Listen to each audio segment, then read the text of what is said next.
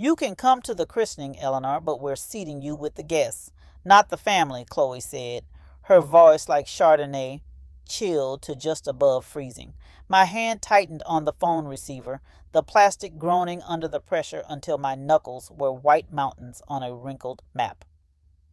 A coldness bloomed in my chest, a hard, dense knot just beneath my ribs that stole my breath. The woman on the phone was my daughter-in-law, the wife of my only son, Mark, and I am Eleanor Vance, 72 years old. They thought they were seating a poor, widowed old woman in the corner, an inconvenient relic to be tolerated at a family event. They had no idea they were dismissing the woman who held the key to their entire, carefully fabricated future. If they only knew what they had just thrown away. To understand the weight of that christening and the ring that would change everything, you have to understand the life I lived and the man I loved. You need to know who I really am.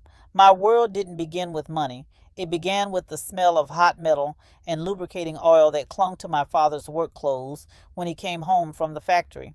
It began in a small two-bedroom house in a town where everyone knew your business because your business was in some way tied to theirs. We weren't poor, not in the way that meant hunger or true desperation, but we were perpetually on the edge of not enough. Not enough was a quiet hum beneath the surface of our lives.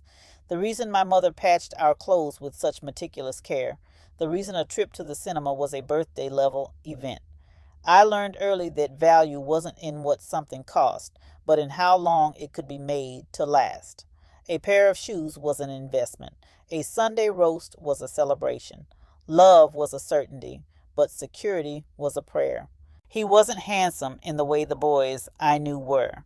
They were broad-shouldered and sun-browned. He was tall and pale, with a slight stoop from bending over books. He had kind, hazel eyes, magnified by thick-rimmed glasses that were always slightly askew. He'd push them up the bridge of his nose with his middle finger, a habit I found endearing. He was a history graduate student from the university in the next city, researching local parish records. The library smelled of dust and decaying paper and lemon polish, and he seemed to carry that scent with him, mingled with the sweet, earthy aroma of the pipe tobacco he sometimes smoked in the evenings. His passion wasn't for the grand, sweeping narratives of kings and wars, but for the small, forgotten stories of ordinary people. He believed the past wasn't dead. It was just quiet, waiting in the margins of ledgers and in the inscriptions on tombstones. We married a year later. He became a history professor at that same university, and we moved into a small house with a big garden, the one I still live in today. It was a life built on modest salaries and rich conversations. Our home filled with books, not with things. Robert's tweed jackets, perpetually shedding the scent of old paper, always had a fine layer of chalk dust embedded in the cuffs, a ghostly residue of his daily lectures. He was a good man, a steady man, but he had a secret passion that, over 40 years, would become our hidden fortress. He called it his hobby, like other men might call fishing or golf theirs. He called it rescuing history. It started small. On weekends, he would drag me to dusty antique shops and sprawling, chaotic estate sales. While I looked at old furniture, he would be hunched over a glass case, examining a tray of tarnished coins or brooches. He taught me what to look for, his long, pale fingers tracing the details of a piece. "Look here, Ellie," he'd murmur, his voice low and excited. "See the maker's mark? That's from a silversmith in Birmingham, pre-1850. And the cut of this garnet. They stopped doing that after the war." He wasn't just collecting, he was curating.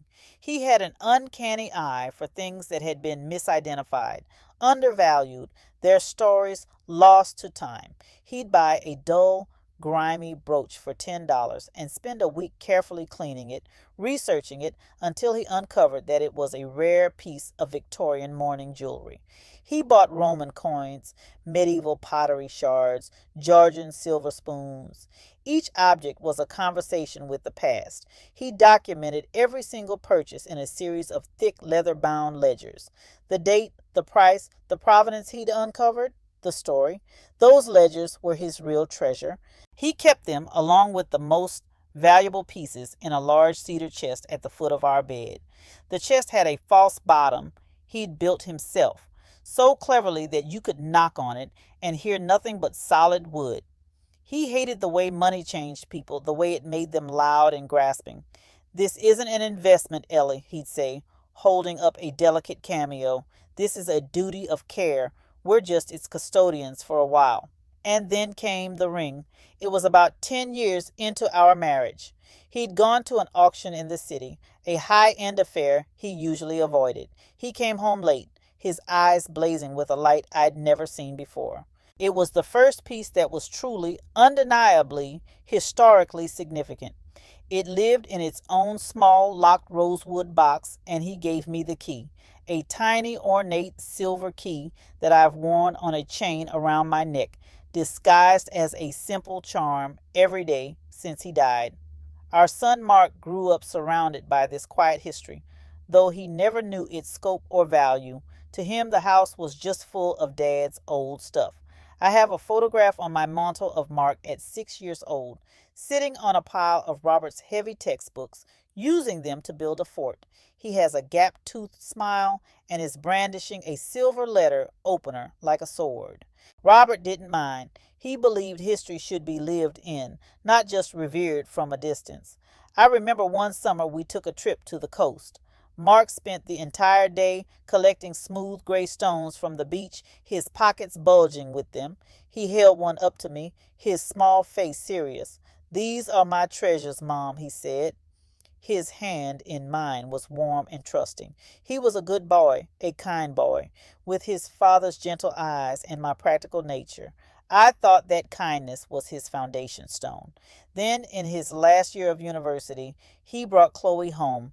The first thing I noticed was the smell. Our house smelled of old books, cedar, and the lemon polish I used on the furniture.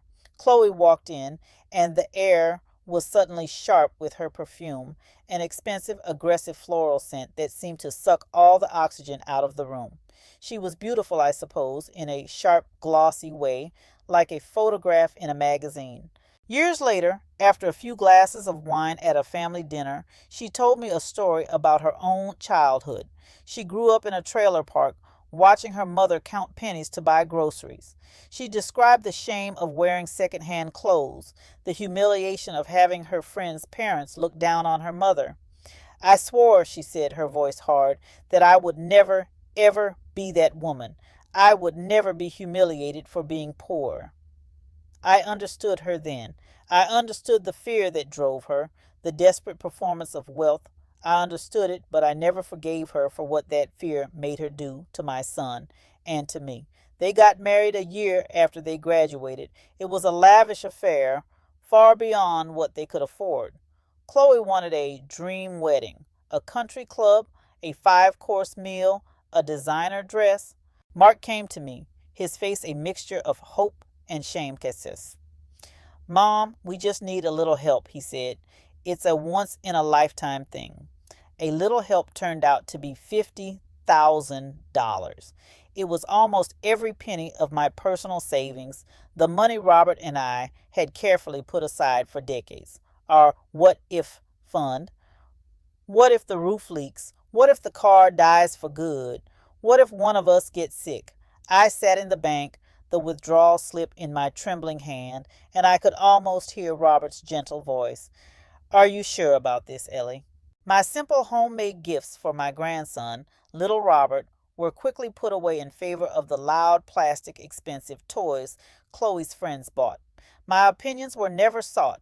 My stories were never listened to. I was the family ATM, and as long as the withdrawals went through, I was granted a provisional, non-voting membership in the family. Robert had seen it coming, I think. In his last days, his body frail, but his mind still sharp, he held my hand. His skin was like paper. "The key, Ellie," he whispered, his breath catching. "The ring is the key. It tells the whole story." He squeezed my hand, a flicker of his old strength. "Don't let them have the story until they deserve it." At the time, I thought he was just being sentimental. I didn't understand he was giving me a weapon. He was giving me a choice. For years, I chose silence. I chose what I thought was love, a love defined by endless, quiet sacrifice. I told myself that this was what mothers did. You give until it hurts, and then you give a little more.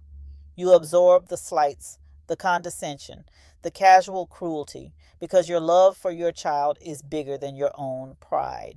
I thought my quiet support was a form of strength, a dignified endurance. I was wrong. It wasn't strength, it was just quiet. And my silence had taught my son that my generosity had no value and that my love had no price. It was just there, a utility, like water from a tap. And then came the phone call about the christening. I was in my kitchen, the late afternoon sun slanting across the worn linoleum floor. The air smelled of the Earl Grey tea I was brewing. It was a peaceful moment in a quiet house. The phone rang, and I saw Chloe's name on the display. I felt a familiar low-level tightening in my stomach, the way I always did before I spoke to her. I answered with a cheerful, "Hello, dear," a performance I had long since perfected. "Eleanor," she said, her voice bright and brittle, "I'm so glad I caught you. We're just so busy with the final arrangements for little Robert's christening. It's going to be absolutely perfect." She went on for several minutes about the caterer, the flowers, the handmade Belgian chocolates she'd ordered for favors. I murmured the appropriate responses. "How lovely." "That sounds wonderful," my mind half listening, my hand holding the string of the tea bag, waiting to drop it into the mug of hot water. Then her tone shifted, becoming more businesslike. "Anyway, about the seating chart, it's just so tricky, with the godparents' families and our friends from the club.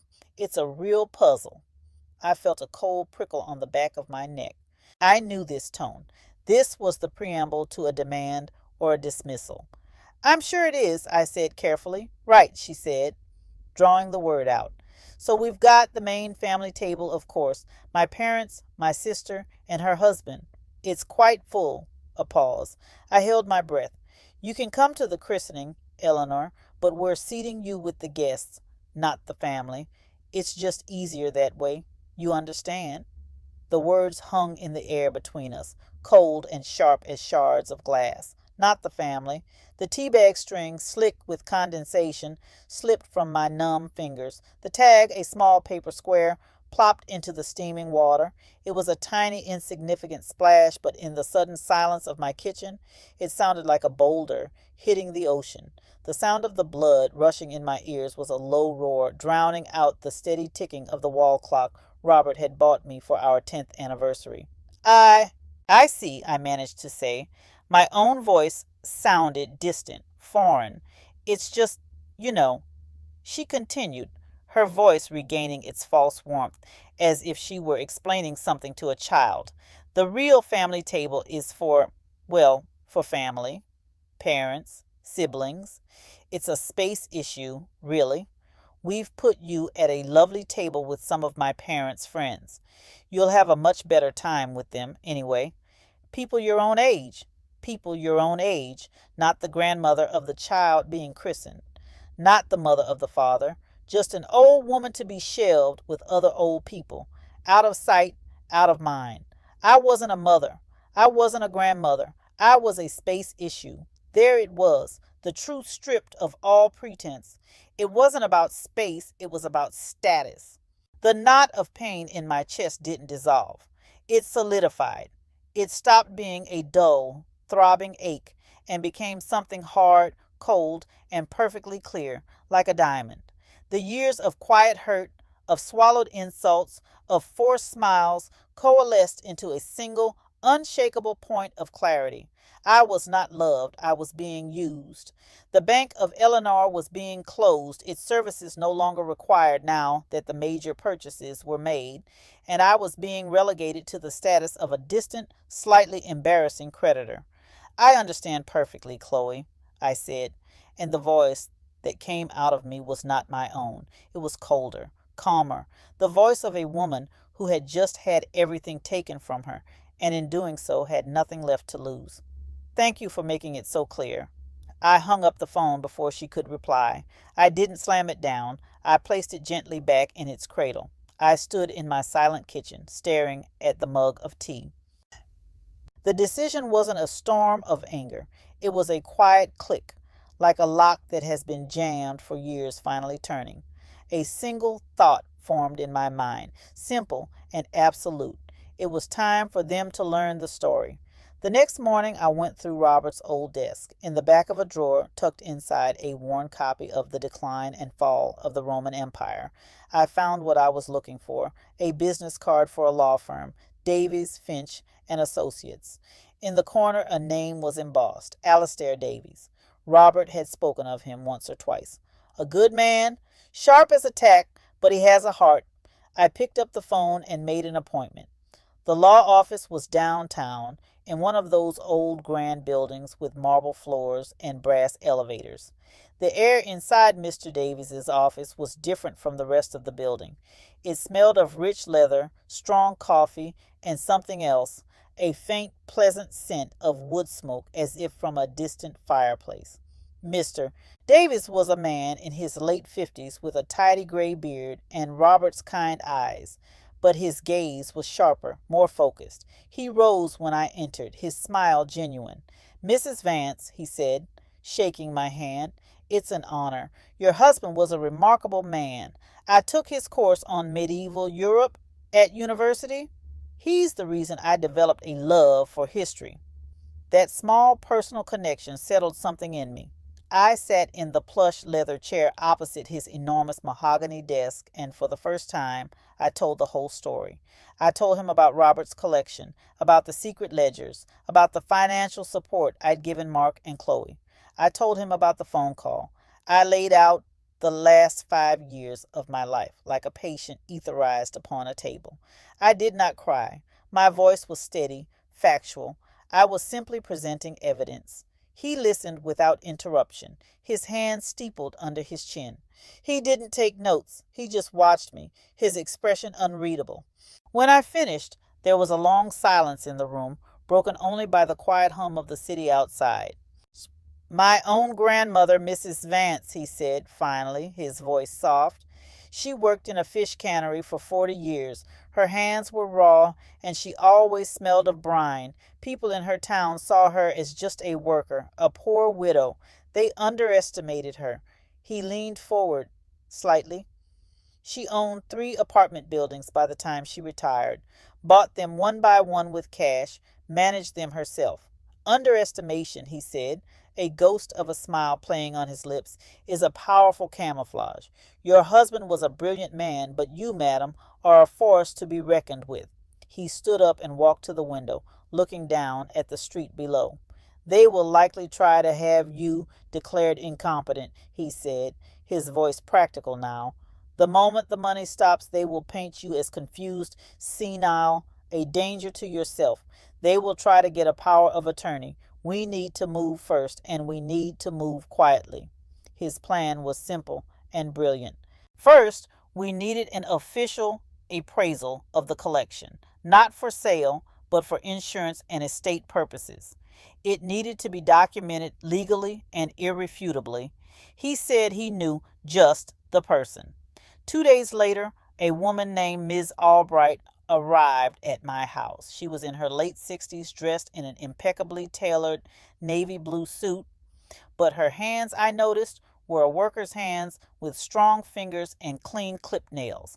She smelled of lavender and a faint, metallic scent of metal polish. She was the senior appraiser for European artifacts at a world-renowned auction house. Mr. Davies had assured me of her complete discretion. I led her to the cedar chest. My heart was pounding as I unlocked it and lifted the lid, revealing the neatly organized trays of coins, brooches, and small silver objects. Ms. Albright let out a low whistle. "Your husband had an extraordinary eye, Mrs.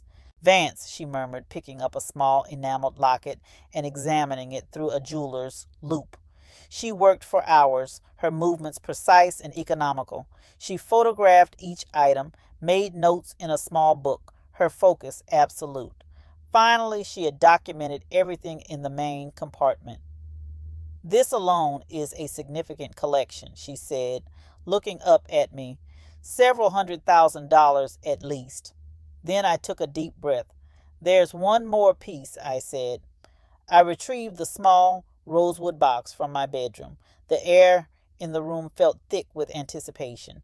I used the tiny silver key from the chain around my neck. The lock made a soft snick. I opened the lid. The Medici sapphire lay on its bed of faded velvet, drinking the afternoon light. It seemed to glow from within, that impossible cornflower blue. Miss Albright stared at it. She didn't move. She didn't breathe. Then slowly she reached for her loupe again. She examined the ring from every angle. Her breath held. The silence in the room was absolute. She finally looked up, and her professional composure had vanished. Her eyes were wide with a kind of reverent shock. Mrs. Vance, Eleanor, do you know what this is? She asked, her voice barely a whisper. My husband called it Grandma's ring, I said. A small, choked laugh escaped her. Oh, he had a sense of humor.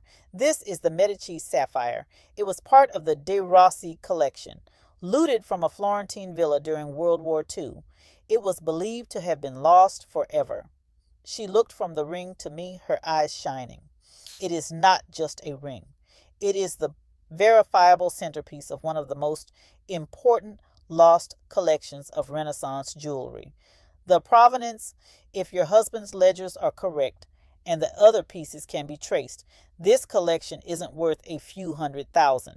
She paused, taking a deep breath as if to steady herself. Conservatively, Eleanor, it's worth $30 million, maybe more. The number didn't seem real. $30 million. The room seemed to tilt. My legs suddenly felt like water, and I had to grip the back of a chair to keep from swaying. $30 million. And I had been sending them $5,000 a month. I had been selling off pieces of this history to pay for their granite countertops and their country club membership. The absurdity of it, the sheer staggering waste, made me feel dizzy. Miss Albright came over and gently guided me into the chair. My dear, she said, her voice full of a sudden fierce warmth. She took my hand. Objects like this have a life of their own. They have a spirit. They choose their custodians. Your husband understood that. He chose you. She looked over at the ring, then back at me. The ring. It doesn't belong to people who see it as a price tag. It belongs to someone who understands its story. It belongs to you. In that moment, she was more than an appraiser. She was a kindred spirit, another woman who understood that the real value of things had nothing to do with money. The next few weeks were a whirlwind of quiet, decisive action. It felt like I was waking up from a long sleep. Mr. Davies handled everything. We established a trust in my name to hold the collection, ensuring its legal protection. Then we created the Robert Vance Foundation for Historical Preservation, a legal entity that would become the collection's ultimate beneficiary. The first call I made after leaving his office was to my bank. I instructed them to stop the automatic monthly transfer of $5,000 to Mark and Chloe's account. The woman on the phone was polite and efficient. It took less than 2 minutes to turn off the tap that had been draining my life away. I had the locks on my house changed. The locksmith was a young man with tattoos up his arms and a kind face. As he handed me the new keys, he said, "Good for you, ma'am. Some doors need staying shut for good." Then I did something just for me. I went to a small, elegant boutique downtown, a place I had only ever walked past. I bought a dress for the christening.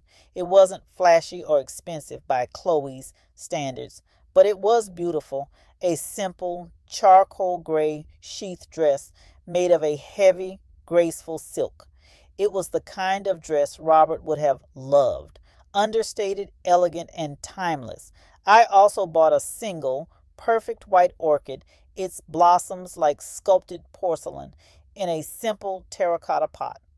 It was a gift for my grandson, a piece of living beauty in a world that had become so ugly. The first phone call came 3 days after the first of the month. It was Mark.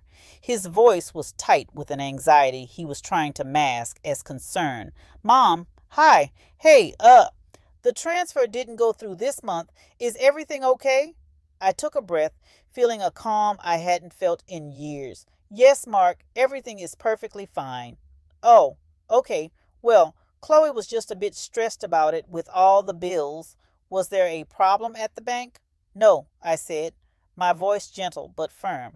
There was no problem. I've had to make some adjustments to my budget. There was a long silence on his end of the line. I could almost hear the gears turning in his head. Adjustments? He finally said, the word laced with confusion and a dawning indignation. What does that mean? Chloe was counting on that. I'm sure she'll manage, but are you? I said simply, and before he could argue, I added, I have to go now, dear. Goodbye. And I hung up. It was the first time in our relationship I had ever ended a conversation on my terms. The next call, a week later, was from Chloe. Her voice was pure saccharine, dripping with false concern.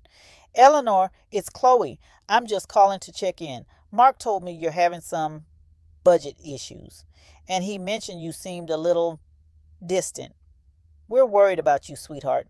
I said nothing. I let her talk. You know, with everything you have to manage on your own, it can be overwhelming. Mark and I were talking, and we think maybe it's time we helped you manage your finances. Perhaps we could get a power of attorney set up just to take the burden off you. We only want what's best for you. There it was, exactly as Mr. Davies had predicted. The threat to my autonomy, wrapped in the language of love.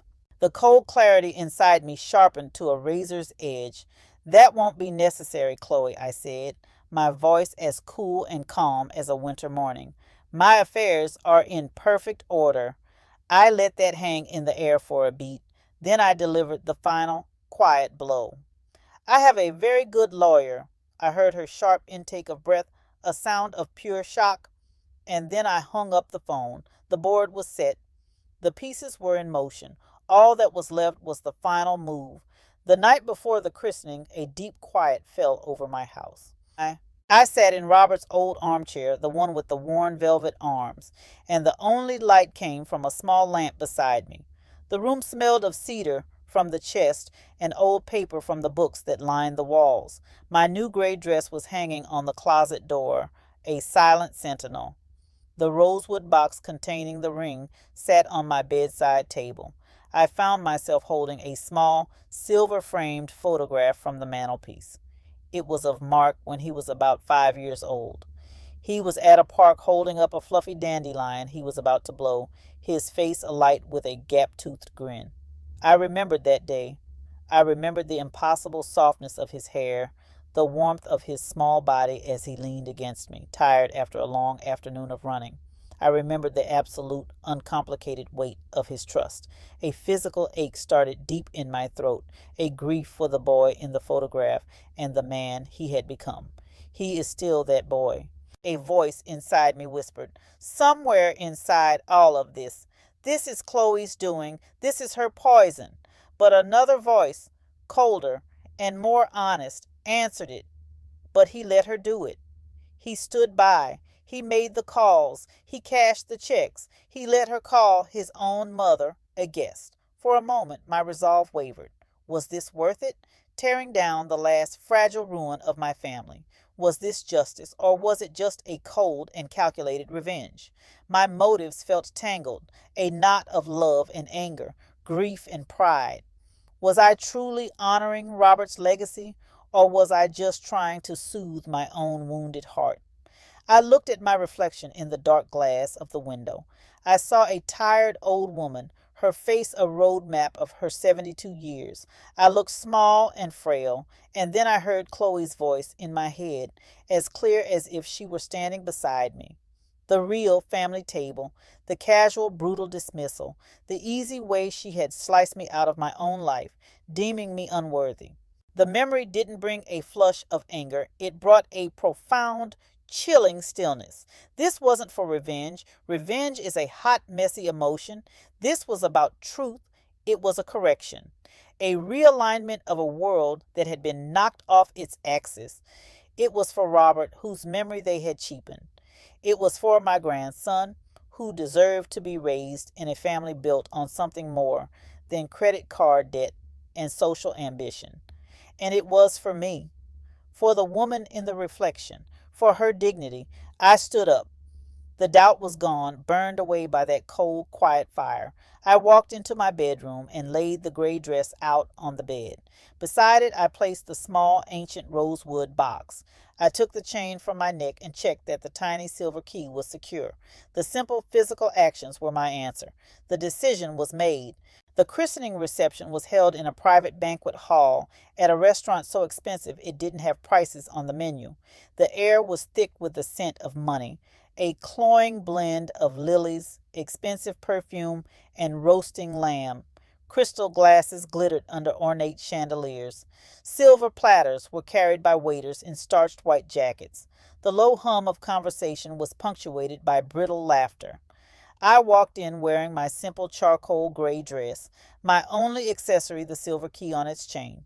I was carrying my old canvas tote bag, the one with the faded museum logo from a trip Robert and I took the year Mark was born.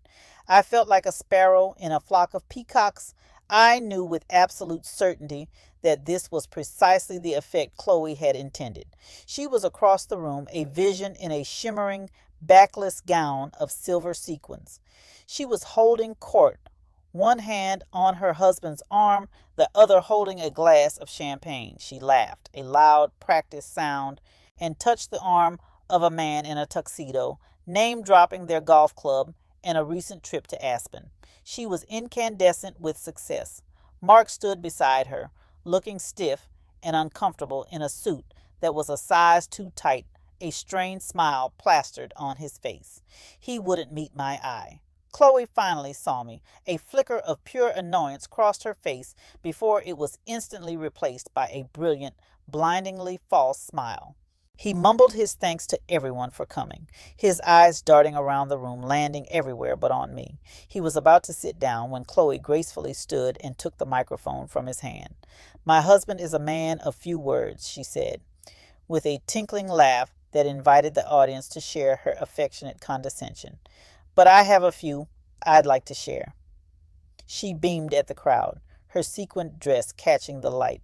"Today is about family, security." "Exactly," I said, nodding slowly.